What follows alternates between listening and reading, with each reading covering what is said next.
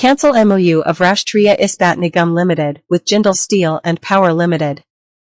The BJP-led Central Cabinet Committee on External Affairs, CCEA, had cleared the strategic sale of Rashtriya Ispat Nigam, RINL, on January 27, 2021, and the modalities had been assigned to DIPAM to pave the path for disinvestment. Immediately after the announcement, all the unions of RINL formed the Visakha Ukku Paririkshana Porata Committee, a collective group of 26 unions. They have been organizing the protests since last 1,050 days. The central government is intentionally killing this plant by not providing sufficient raw materials in form of captive iron ore mines and railway logistic support. It is important to note that all other existing steel plants in public and private sector have captive iron ore mines and are able to obtain iron ore at 1,400 rupees per ton, whereas RINL has to procure iron ore from the open market at 7,000 rupees per ton. Even after repetitive requests made by the unions, there hasn't been any positive front from both Ministry of Steel and Ministry of Railways. The present top management's actions are not in the best interests of running steel plant.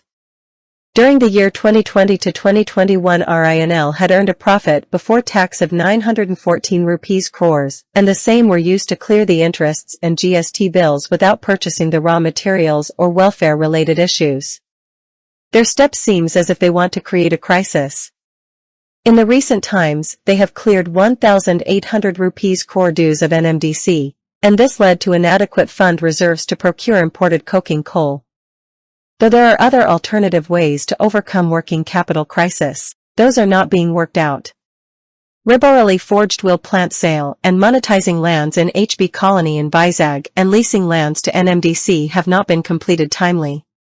By taking timely measures, RINL would have enough reserves, more than 3,500 rupees crores, for procuring raw materials and other timely expenses.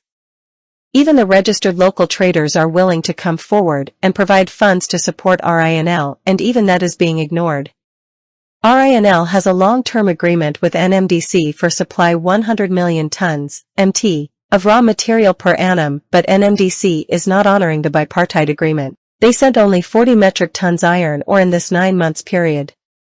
Remaining iron ore is bought by RINL from southern states at high cost by paying extra transportation charges. RINL has bought 51% shares of Orissa Mineral Development Corporation, OMDC, by paying 351 rupees crore. Until date, we couldn't manage to get any iron ore from them. Blast Furnace 3 has been shut down since last 2 years from January 21, 2022, stating insufficient raw materials, and to overcome this situation RINL has floated an EOI to gather funds for working capital / running the Blast Furnace 3. Nearly 25 interested bidders have come forward for the same, and among them, 6 are not in the business of making steel. Management unanimously took decision and made an agreement / MOU with Jindal Steel and Power Limited. Tata also had come forward to provide $100 million on interest basis to fulfill working capital deficit. Though Jindal was not among the 26 interested bidders, the top management of RINL entertained Jindal Steel and Power Limited, JSPL. They intimated the unions that MOU with JSPL is on conversion mode and it will be beneficial for the plant. Unions have demanded to disclose the MOU, however, the CMD refused to disclose the MOU. At the same time, similar proposal was shared with SAIL, and we believe that it would be win-win situation for SAIL as Gangawar port is being used to import raw material and to export the finished product, thereby reducing the freight expenses. The RINL management has not given a copy of MOU to any trade union.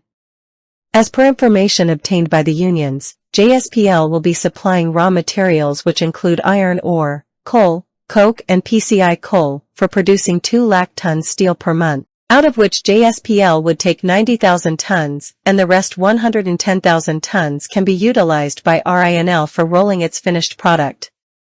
JSPL would pay conversion charge of 8,400 rupees per ton of steel to RINL for the 90,000 tons they would be purchasing per month.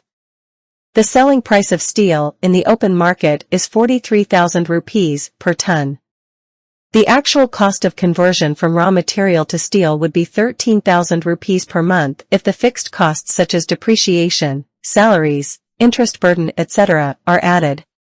This fixed cost is 1,200 rupees crores per annum for producing 90,000 tons of steel. However, Jindal is refusing to pay these charges. In effect, it is getting iron ore converted to steel at very low cost using RINL infrastructure, without having to pay for this infrastructure, which includes manpower. With this low cost of conversion of its raw material, JSPL would be making huge profits by selling the steel RINL produces in the open market. The final conclusion of MOU with JSPL is that with very less investment, JSPL would be making huge profits, and the top management is trying to force this MOU at any cost. Hence, we demand to cancel MOU with JSPL. Statement of Steel Plant Employees Union, CITU, rinl. Welcome to our YouTube channel. Don't forget to like, subscribe and share the videos.